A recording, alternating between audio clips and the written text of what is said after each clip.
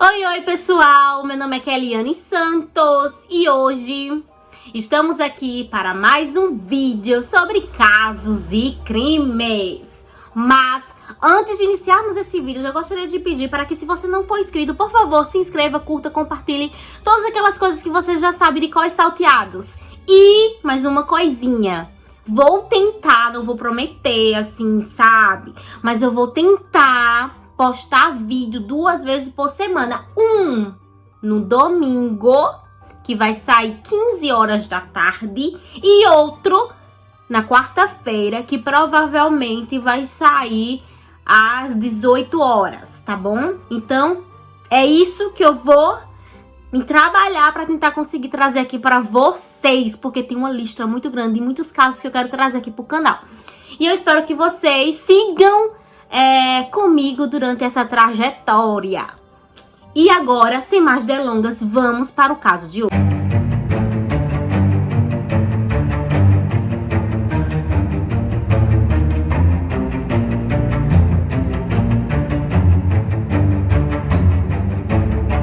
Harold Frederick Shipman nasceu no dia 14 de janeiro de 1946 em Nottingham, na Inglaterra. Ele era o segundo filho de Vera e de Harold Shipman. Durante a sua infância não teve assim muitos relatos de que ele fosse um jovem traumatizado, um jovem violento, não. Sua infância praticamente foi tranquila. Sua família era de classe média. Ele frequentou a escola primária lá em Nottingham e depois ele ingressou, no high school. E durante a sua trajetória como aluno, ele não se interessava em nenhuma matéria, assim, nenhuma área específica, que ele gostaria de seguir durante esse período que ele estava na escola, na high school. Geralmente os alunos nesse momento, eles já começam a saber mais ou menos para que área ele quer seguir. Já o Shipman, ele não era assim.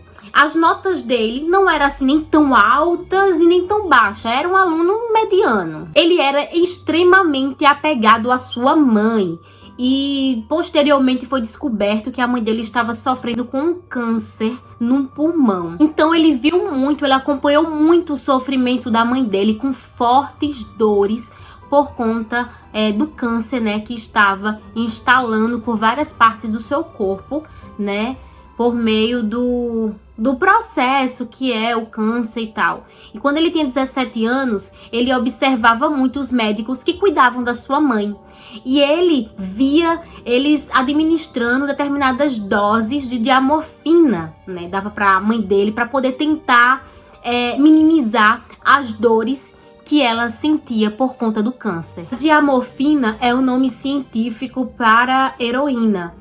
Então, ele, o Shipman, vendo toda aquela situação da mãe dele e tal, foi aí que ele começou a se interessar por uma determinada área, que seria a medicina. Então, após ele concluir os seus estudos na escola secundária, lá na high school, ele começou a se identificar muito com a parte de medicina. Então, ele seguiu sim por essa área. Então, em 1970, ele se formou na Universidade de Leeds. Então, depois que ele se formou, ele começou a trabalhar em algumas clínicas, em alguns hospitais, lá do Reino Unido. Ele se casou e teve 4 filhos. Como era que Shipman escolhiam suas vítimas? Ele procurava mulheres idosas, que já estavam praticamente no fim da sua vida. E, geralmente, essas mulheres procuravam ele por quê? Porque era um homem bastante influente na sociedade, era uma pessoa querida, no meio. Então, ele não apresentava nenhum sinal de que era um maluco, um maníaco, não. Ele era um médico normal e as pessoas tinham uma admiração muito grande por ele. Ele era bonito, tinha presença, sabia conversar. Então, isso fazia com que suas vítimas tinham confiança nele. Então, ele administrava alguns medicamentos, nos seus pacientes. E esses medicamentos não eram para esses clientes em si, Não era aquilo que, na verdade, não era aquilo que esses clientes necessitavam, Então ele acabava administrando doses absurdas de remédios que eles não estavam precisando, que não eram para eles. Vocês lembram que eu falei para vocês anteriormente que ele via muito um médico administrando os medicamentos na mãe dele quando estava com câncer? Pois bem, esse mesmo medicamento era o que ele estava passando para as suas pacientes. Só que esses medicamentos eram para serem aplicados em situações em que a pessoa estivesse sofrendo muito, com muita dor severa. E não era o caso das suas pacientes, não era esse. Então ele administrava, dava esses medicamentos para suas pacientes e pouco tempo depois elas apareciam mortas nas cadeiras mesmo de suas casas. Geralmente ele ia na casa da paciente e administrava o medicamento nela. Pouco tempo depois a pessoa aparecia morta. E depois ele pegava e falsificava o laudo de óbito, né, do paciente. E ele colocava lá que o paciente simplesmente tinha morrido de causas naturais, quando na verdade não era. E ele fazia o seguinte, ele instruía os familiares a cremarem o corpo. Por quê? Porque cremando o corpo, eles não poderiam depois fazer vamos dizer, uma exumação, né? E descobrir o que aconteceu, ou levar para um legista, alguma coisa assim, né? Poder fazer uma autópsia lá, uma averiguação maior e tentar descobrir o que aconteceu, qual foi a real causa da morte. Como os familiares, né? Como sempre, gostavam muito, acreditavam muito na credibilidade do médico, sempre acatavam o que ele pediam. Então era muito difícil as pessoas dizerem, não, vamos só enterrar. Quando ele dizia melhor cremar, aí as pessoas pegavam e acabavam cremando os parentes que morriam. E ele sempre fazia isso quando os pacientes estavam sozinhos em casa. Ou seja, ele ia a domicílio, sabia toda a rotina dentro da casa do paciente, porque o paciente dava essa liberdade para ele. Ele injetava nos seus pacientes, né, esse medicamento, geralmente quando eles estavam em casa sozinhos, né? Ele ia lá, fazia a consulta médica e tal, conversava com eles e tal. Ele sabia toda a rotina, né? Porque o paciente tinha essa confiança com o seu médico, sabia tudo o que estava acontecendo e ele pegava e injetava. Quando era depois, pouco tempo depois, as pessoas eram encontradas mortas dentro da sua casa, geralmente em uma cadeira, né? E não dentro do quarto, porque se a pessoa estava passando muito mal, com dores fortíssimas, quem que aguenta ficar sentado numa cadeira? Vai pro quarto para deitar, para poder tentar relaxar, para poder tentar minimizar, e não em uma cadeira. Então, geralmente, as pacientes eram todas encontradas na mesma situação, sentada no sofá ou em uma cadeira, né? Às vezes eram encontradas rápidas, ou em outros casos demoravam mais tempo para serem, né, encontradas, porque geralmente as pessoas moravam sozinhas. Então quando as pessoas ao redor iam sentir falta de fulana de tal, ia na casa dela, aí era que encontrava ela nessa situação, já sem vida, e não podia fazer mais nada. Até então, muitas pessoas não desconfiavam do médico. Por quê? Porque ele tinha uma reputação muito boa dentro da cidade. Ele tinha uma credibilidade entre as pessoas muito grande, então ninguém jamais pensava que era com ele. Só que passou-se o tempo, as mortes foram continuando, né, crescendo cada vez mais, e ele tinha tipo um consultório médico lá da cidade, e nesse consultório também tinha outros médicos. E, entre outros médicos, tinha uma médica em específica que começou a observar as práticas do médico e percebeu que estava tendo muitas mortes dos pacientes dele. Então ela começou a ficar meio preocupada com isso e ela começou a querer investigar, a querer saber o que era que realmente estava acontecendo, porque ela não estava entendendo porque tantas mortes estavam vindo dele. Essa mulher era doutora e o nome dela era Linda Reynolds. Então, ela começou a ir para a polícia, levou alguns questionamentos e ali começou uma investigação, né? Para saber mais um pouco o que era que estava acontecendo e por que tantas mortes estavam surgindo. Só que foram levantadas várias coisas e tal, mas até então não era suficiente para incriminá-lo. Só que, meu bem, agora ele foi mexer com quem? Foi mexer com pessoa grande. Foi mexer com a ex-prefeita da cidade. E o nome dela era Ashley Grant. Ela passou mal e fez o quê? Chamou o respeitado médico da cidade para poder ir até a casa dela, para poder medicá-la, ver o que é que ela estava sentindo. Não era nada demais, ela não estava sofrendo nenhuma doença terrível. Só chamou ela para poder ir até lá. Então ele foi, chegou lá na casa de Catherine, mandou ela sentar direitinho e administrou o medicamento nela. E ela não estava sofrendo de coisas terríveis, não. Ela só estava com mal-estar. Ninguém sabia que ela estava com uma doença terminal ou coisa do tipo. Ela estava bem, apesar que ela já era de uma idade avançada, já era uma idosa, mas ela estava bem. Então, ele pegou, administrou determinado medicamento nela e ele foi a última pessoa a vê-la com vida. E saiu da casa e ela ficou lá, sentada na cadeira. Pouco tempo depois, os familiares, as pessoas começaram a achar estranho, porque não via Catherine na rua, não via Catherine nas outras, nas casas, não via Cora de nenhum canto. Que ela era uma senhorinha que gostava de fazer suas coisas e não estava sendo vista em nenhum lugar. Então as pessoas foram até a casa dela. Quando chegaram lá, encontraram ela morta na cadeira. E o médico falou para a filha, disse assim, olha, eu acho melhor você cremar ela.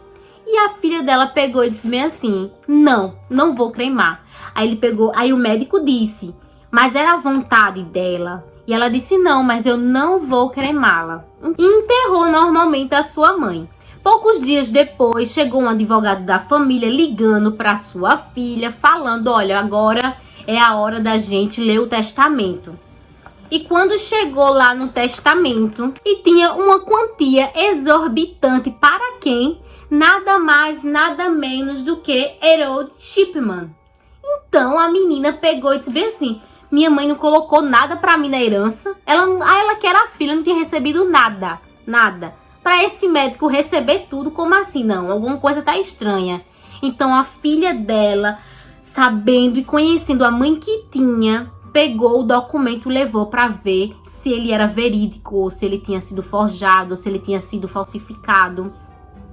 E daí levou para a polícia, e a polícia já estava investigando ele. Então não foi algo assim que ela que começou agora com essa questão da investigação, é algo que já estava vindo antes, por conta das mortes anteriores. Então a polícia já estava atrás dele, já estava investigando, já fazia um tempo.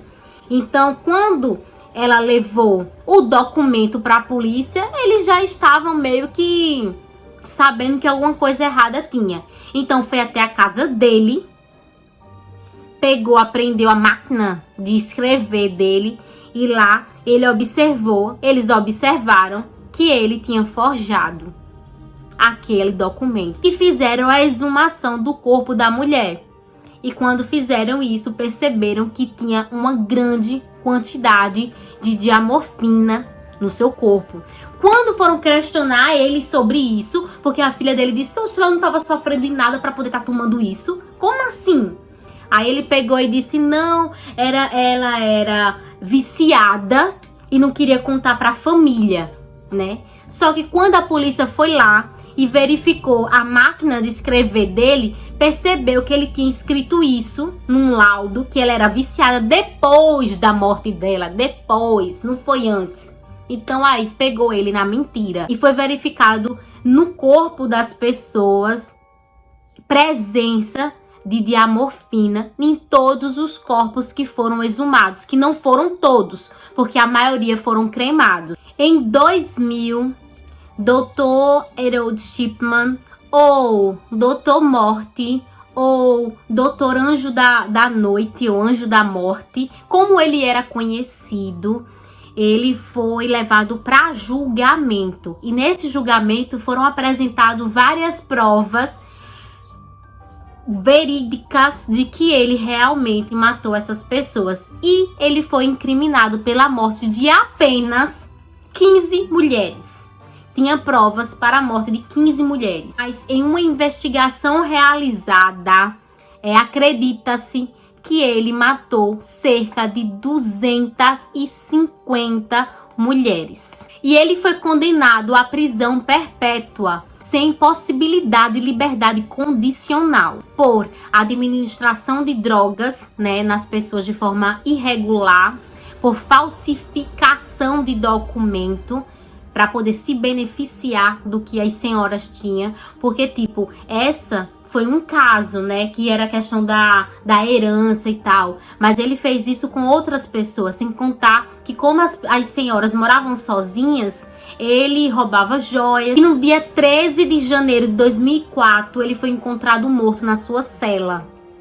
Lembrando que ele completava ano no dia 14 de janeiro, ou seja, ele foi encontrado morto um dia antes do seu aniversário, pelos guardas quando estava fazendo as vistorias na cela. Então foi encontrado e não foi levantado nenhum tipo de investigação.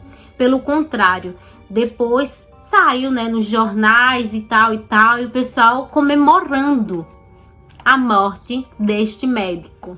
Foi assim o final da vida dele. E depois que ele saiu da prisão, o corpo dele, na verdade, saiu da prisão, a mulher dele ficou assim um tempo ainda com o corpo sem saber o que ia fazer, se ia cremar, se ia sepultar, mas com medo do pessoal ir fazer vandalismo na cova dele, ela resolveu cremar o corpo do marido junto com os seus filhos em uma cerimônia particular e muito íntima. A morte do doutor lá na prisão pôs fim a qualquer possibilidade de depois a gente poder descobrir quantas pessoas exatamente morreram sobre a mão dele, vamos dizer assim, porque ele se declarava inocente, ele não admitiu nenhuma das mortes e ficou por isso mesmo, e até hoje ninguém sabe o número total de pessoas que morreram, só que foram na média de 250 pessoas. E o caso de hoje é esse, eu espero que vocês tenham gostado. Por favor, deixe seu like aqui, curta, compartilhe, se inscreva no meu canal. Até uma próxima e tchau, tchau!